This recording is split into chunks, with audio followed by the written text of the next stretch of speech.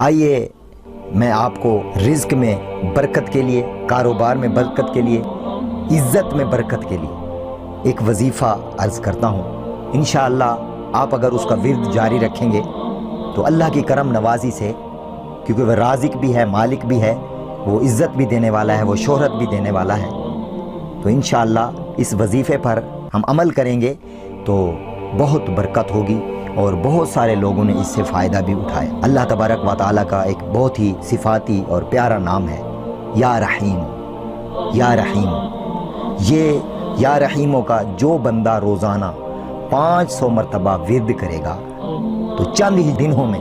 اللہ تبارک و تعالیٰ اس کے رزق میں بھی اضافہ کر دے گا، اس کو مالا مال کر دے گا اور